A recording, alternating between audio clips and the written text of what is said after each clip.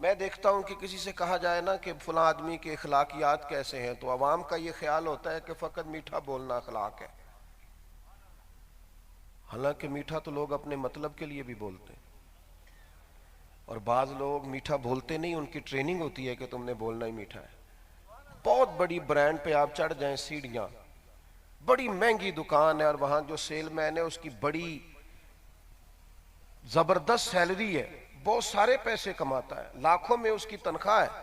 آپ نے چند ہزار روپے کی کوئی چیز لینی ہے، آپ اگر اس کی دکان پہ چلے جائیں اور آپ جا کے کئی نخرے بھی دکھائیں کہ یہ والی نہیں دوسری دکھا، اور نہیں یار یہ بھی ٹھیک نہیں دوسری دکھا، تو ذرا بھی شکن نہیں لاتا اپنے ماتھے پر۔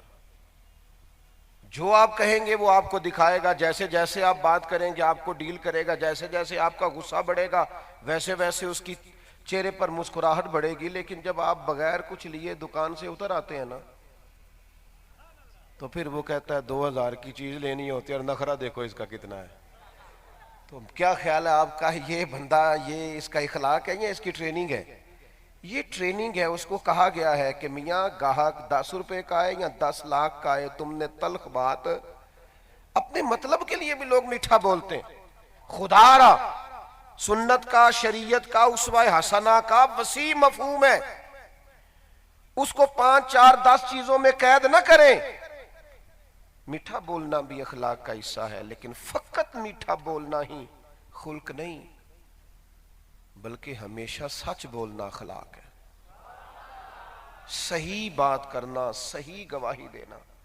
اور میرے عزیزو، حضور کی جس ادا سے سب سے پہلے دنیا کو آشنائی ہوئی تھی نا، سب سے پہلے جس ادا سے لوگوں نے نبی پاک علیہ السلام کو جاننا شروع کیا تھا، جس ادا سے سب سے پہلے لوگ حضور سے متعارف ہوئے تھے، وہ تو نبی پاک کا صادق اور امین ہونا ہے، کہ سچ بولتے ہیں، دیانتدار ہے۔ یہ سب سے پہلی ادا ہے جس سے لوگوں کو تعارف ہوا تھا۔ میں کیسے آپ کو یہ بات سمجھاؤں کہ ہمارے ہاں تو ملک کے سب سے بڑے عہدے پر بیٹھنے والے شخص سے بھی کہا جائے کہ جناب آپ نے یہ کہا تھا، پھر پورا کیوں نہیں کیا؟ تو کہتے وہ تو سیاسی بیان تھا۔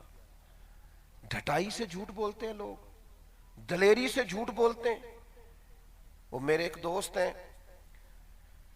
تو وہ جس امیدوار کی سپورٹ کرتے ہیں نا ایم این اے کے الیکشن میں، ان کا کہنا یہ ہے کہ میں ہی اصل میں ایم این اے ہوتا ہوں، میں ہی جتواتا ہوں انہیں۔ تو میں ایک دفعہ کسی رات کے جلسے سے واپس لوٹ رہا تھا، تو ان کا ایم این اے کا امیدوار تقریر کر رہا تھا، اور یہاں انہوں نے اس کی فوٹو کا اسٹیکر بھی لگایا ہوا تھا۔ تو گاڑی سے اترتے ہی میری نظر پڑ گئی، میں نے کہا کہ اندر آپ کا لیڈر تقریر کر رہے ہیں اور آپ باہر گھوم رہے ہیں، اپنی جیب سے آپ نے اتنے پوسٹر بنائے ہیں اور گاڑیاں آپ نے اتنی لگائی ہیں، تو خدا کے بندے تیرا لیڈر اندر تقریر کر رہا ہے۔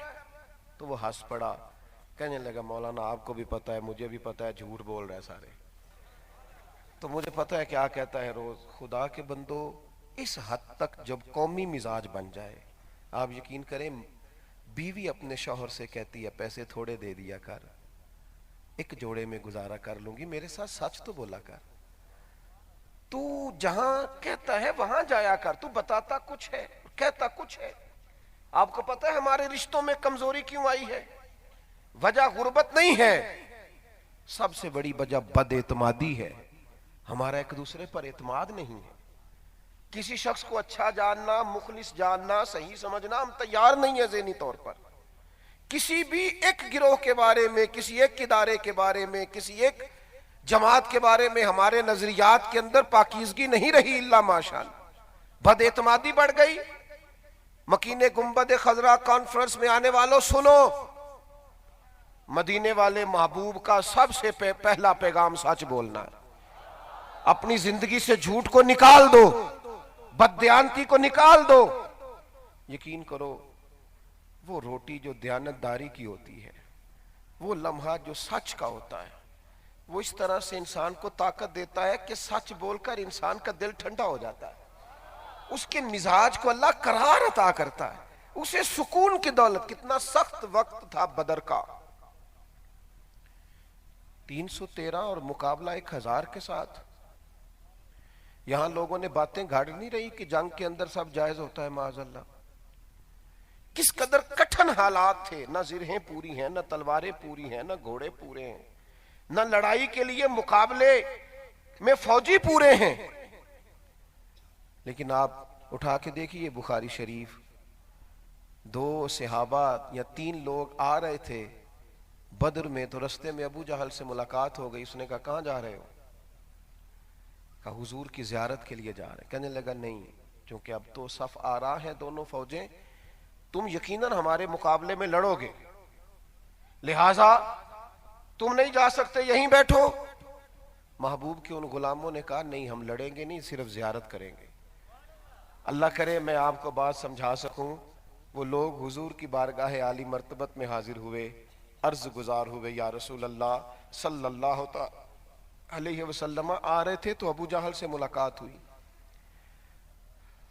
اس نے کہا کیوں جا رہے ہو؟ تو ہم نے کہا صرف زیارت کریں گے، ملاقات کریں گے. اس نے کہا تم لڑنے جا رہے ہو؟ تو حضور ہم وعدہ کر رہے ہیں لڑیں گے نہیں.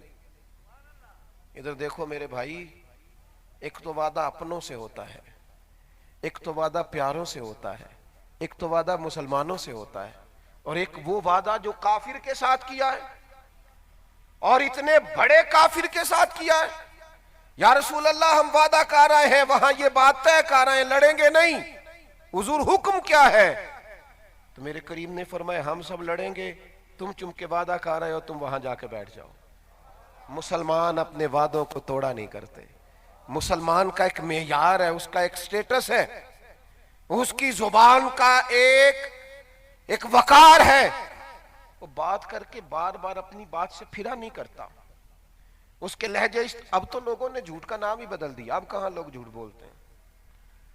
اب نہیں، اب جھوٹ کا نام بدل دیا. اب کہتے ہیں میں نے بہانہ کر دیا تھا. آپ نے جھوٹ بولا تھا، سیدھا سیدھی بات کریں. اب لوگوں نے نا غیبت بھی چھوڑ دی ہے، اب غیبت کا بھی نام بدل دیا ہے. اب کہتے ہیں آؤ گپ شپ کریں. وہ جو گپ شپ ہے نا وہ غیبت ہی کا بدلا ہوا ایک نام ہے. خدا کے بندے، جب تک کردار کے اندر وہ حسن پیدا نہیں ہوتا، وہ توانائی پیدا نہیں ہوتی، جب تک مزاج کے اندر وہ سچائی. ابو سفیان کہتے ہیں میں نے ابھی کلمہ نہیں پڑھا تھا. ابو سفیان کہتے ہیں بادشاہ نے مجھ سے سوالات کیے اور ابھی میں مسلمان نہیں تھا. میری پوزیشن یہ تھی کہ میں تو حضور کے مقابلے میں فوجیں لے کے آیا کرتا تھا، لیکن جب اس نے سوالات اٹھائے اور میں نے جوابات دیے، ڈھیر ساری باتیں ہوئی. آخر میں بادشاہ نے مجھ سے سوال کیا بتائیے وہ محبوب جنہوں نے دعوی نبوت کیا ہے کبھی انہوں نے جھوٹ بھی بولا ہے؟ اتنی سخت مخالفت ہو کہ لوگ جنگوں میں سامنے آئیں تو پھر وہ ہر قسم کی بات کر دیتے ہیں. لوگ اپنے مخالف کی خوبیوں کو خوبیاں کہاں تسلیم کرتے ہیں. تو ابو سفیان کہتے ہیں میں تھوڑی دیر کے لیے خاموش ہو گیا، سوچنے لگا. ایک تو میں نے کہا کہ اگر میں نے یہ کہہ دیا کہ انہوں نے بولا ہے تو یہ تو عرب کی وفاداری کے خلاف ہے کہ میں جھوٹ بولوں. اور کہتے ہیں پھر میرے دل میں خیال آیا کہ میں ان کے بارے میں کوئی اور بات کہوں تو شاید کوئی سوچے لیکن رسول پاک نے جھوٹ بولا ہے، یہ تو کوئی مانے گا ہی نہیں، سوال ہی نہیں پیدا ہوتا. کہتے دوبارہ بادشاہ نے مجھ سے کہا آپ بولتے کیوں نہیں، بتائیے کیا کبھی انہوں نے جھوٹ بھی بولا؟ کبھی؟ سنو میری ملت کے جوانوں، مذاق میں جھوٹ بولتے ہو، جان بوجھ کے دوسرے پر روب جمانے کے لیے غلط بات کرتے ہو، جس کا تصور تک نہیں وہ بھی کہہ جاتے ہو. ابو سفیان کہتے ہیں میرے ہاتھ میں چھڑی تھی، میں نے اسے تھام کے اپنے قریب کیا اور میں نے کہا بادشاہ میری مخالفت اپنی جگہ پر، وہ رشتے میں میرے بھتیجے ہیں، میں نے انہیں ماں کی گود میں بھی دیکھا ہے اور دادا کے کندھوں پر بھی دیکھا ہے اور جناب ختیجہ کا دولہا بنے بھی دیکھا ہے، اور میں نے ان کی گود میں شہزادیوں کو کھیلتے بھی دیکھا ہے، اور میری آنکھوں کے سامنے ان کے مقدس بال سفید ہوئے. پر قسم ہے مجھے اس محبوب کی زبان سے جو بھی نکلتا ہے حق اور سچ ہی نکلتا ہے. اسیر دشمن کی چاہ میں بھی، مخالفوں کی نگاہ میں بھی، امی ہے صادق ہے معتبر ہے، میرا پیغمبر عظیم تر ہے. اپنی زندگی کے اندر سچائی کو لاگو کرنا. آپ یقین کریں کچھ لوگ اپنے ساتھ بھی سچ نہیں بولتے، جھوٹ بولتے ہیں، بے چین رہتے ہیں، بے قرار رہتے ہیں، اطمینان نہیں پاتے، بے سکون زندگی گزارتے ہیں. اپنے مزاجوں میں سچائی، یہ حضور کا اسوہ ہے.